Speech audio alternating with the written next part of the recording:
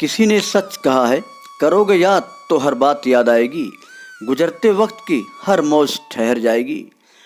दोस्तों, आज हम जिक्र कर रहे हैं उस दर्द भरे गीत की जो बीते दिनों हर श्रोताओं के जुबान पर होती थी। उस गीत के बोल थे, ऐ मेरे दोस्त लौट के आजा, बिन तेरे जिंदगी अधूरी है। इस गीत को गाने वाले गायक मोहम्मद अजीज आज भले ही इस दुनिया में नहीं हैं, मगर जब बात दर्द भरे गीतों की होगी तो मोहम्मद अजीज का नाम बड़े अदब से लिया जाएगा।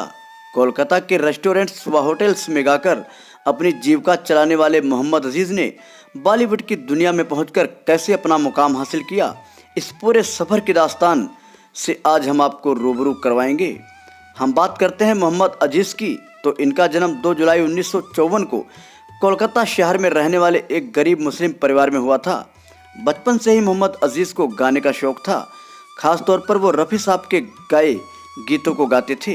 स्कूल में होने वाले कल्चरल प्रोग्राम में ये स्टेज पर गाया करते थे और वहाँ से इनकी गायकी को काफ़ी सराहना भी मिलने लगी।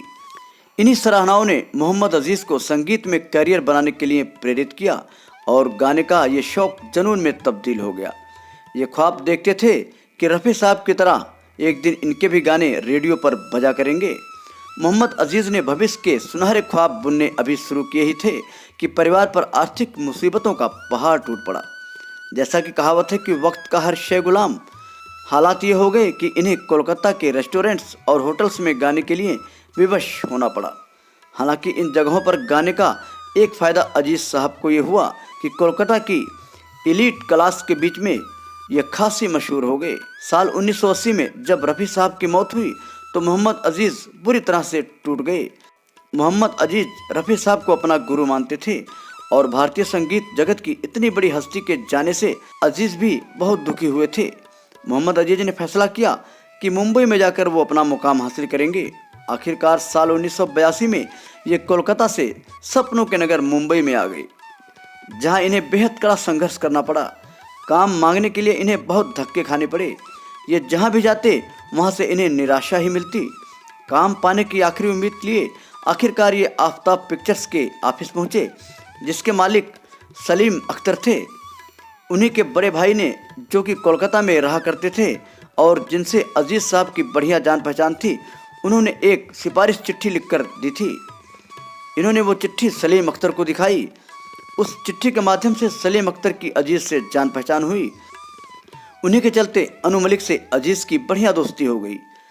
अनु मलिक इनसे कई डेमो सॉन्ग्स की रिकॉर्डिंग कराया करते थे और ये भी खुशी खुशी उनके लिए रिकॉर्डिंग कर दिया करते थे। हालांकि काम मिलेगा कि नहीं और मिलेगा भी कब, इसका उन्हें कोई पता नहीं था। दोस्ती के खातिर ये अनु मलिक के साथ डेमो रिकॉर्डिंग करते रहे और एक दिन अनु मलिक ने ही अजीज साहब को उनके करियर का पहला माइलस्टोन अचीव करने का मौका दिया। मुंबई में अपने शुरुआती दिनों में अजीज साहब एक पीजी में रहा करते थे। एक दिन सुबह सुबह इनके रूम पर एक लड़का पहुंचा। उस वक्त ये सोए हुए थे। उस लड़के ने इन्हें जगाया और कहा, तुम यहाँ सो रहे हो और आज तुम्हारी सोई किस्मत जागने वाली है। मोहम्मद अजीज हैरान थे।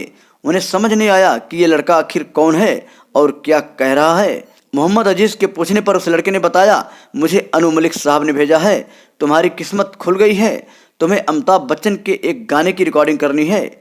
इन्हें लगा कि वो लड़का इनसे मजाक कर रहा है, मगर जब उस लड़के ने जोर देकर कहा कि वो सच बोल रहा है तो उनके खुशी का ठिकाना न रहा और वो तैयार होकर अनु मलिक के स्टूडियो पहुंचे।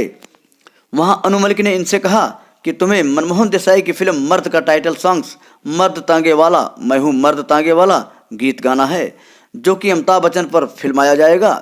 फिर क्या था, अजीज साहब ने पूरी शिद्दत के साथ मर्द फिल्म का टाइटल गीत गाया, जिसने फिल्म जगत में तहलका मचा दिया। आपको बता दें कि मर्द फिल्म से पहले साल 1985 में अंबर नाम की फिल्म से अजीज साहब ने अपना सिंगिंग कैरियर शुरू किया था। 1986 में आई बंगाली फिल्म बोमा में भी इन्होंने गीत गाया था। मर्द फिल्म के बाद इनकी किस्मत रंग लाई और फिर नौशाद साहब हों या कल्याण जी आनंद जी हों, अजीज साहब ने 3 जनरेशन के नामी संगीतकारों के साथ सॉन्ग्स रिकॉर्ड किया। लता मंगेशकर, आशा भोसले, सुनिधि चौहान, श्रेया घोषाल, अलका याग्निक, कविता कृष्णमूर्ति व साधना सरगम सभी के साथ अजीज साहब ने जुगलबंदी की। आपको बता दें कि दिलीप साहब, अमिताभ बच्चन, गोविंदा, सलमान और शाहरुख खान जैसे नामी एक्टर्स को इन्होंने अपनी आवाज़ दी।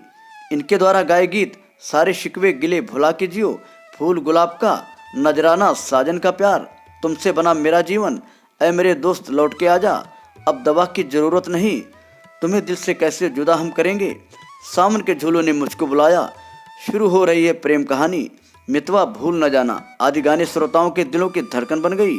अपने करियर में मोहम्मद अजीज ने 20,000 से भी ज़्यादा गीत गाए। अजीज साहब की बात करें तो फिल्मी गीतों के साथ ही इन्होंने सूफी सॉन्ग्स भी गाए हैं। इतना ही नहीं, इन्होंने ढेरों भजन, तुलसीदास की चौपाइयाँ, कबीरदास के दोहे और हनुमान चालीसा तक अपनी आवाज़ में गाई है। जय हनुमान नाम के लोकप्रिय टीवी शो का टाइटल ट्रैक को भी अजीज साहब ने ही गाया था। रामायण सीरियल में भी कई जगह मोहम्मद अजीज की आवाज़ का प्रयोग किया गया था। दोस्तों, जैसे टिमटिमाता तारा कभी न कभी आकाश की बुलंदियों से टूटकर अपने वजूद को खो देता है, वैसे किस्मत का सितारा भी एक न एक दिन गर्दिश में पहुंच जाता है। वैसे ही मोहम्मद अजीज की किस्मत ने करवट बदला और श्रोताओं के दिलों से दूर होते चले गए। 19 के दशक के आखिरी सालों में भारतीय संगीत इंडस्ट्रीज में तेजी से बदलाव होना शुरू हुआ। पुराने नामी संगीतकारों की जगह कई नए संगीतकारों ने ले ली और तेजी से हो रहे बदलाव के इस सफर में अजीज साहब बेहद पीछे छूट गए। उनसे गंवाने वाले कई संगीतकारों ने जहां काम करना बंद कर दिया, वहीं कुछ दुनिया छोड़कर जा चुके थे। नतीजा ये हुआ कि मोहम्मद अजीज साहब को काम मिलना काफ़ी कम हो गया। हालांकि लाइव शो में इनकी आवाज़ का जादू हमेशा श्रोताओं को लुभाता रहा है। इनके जीवन में 27 नवंबर 2028 की तारीख ऐसी मनहूस तारीख बनकर आई जिसने मोहम्मद अजीज को उनके चाहने वालों से हमेशा के लिए छीन लिया। इनकी तबीयत अचानक खराब हो गई।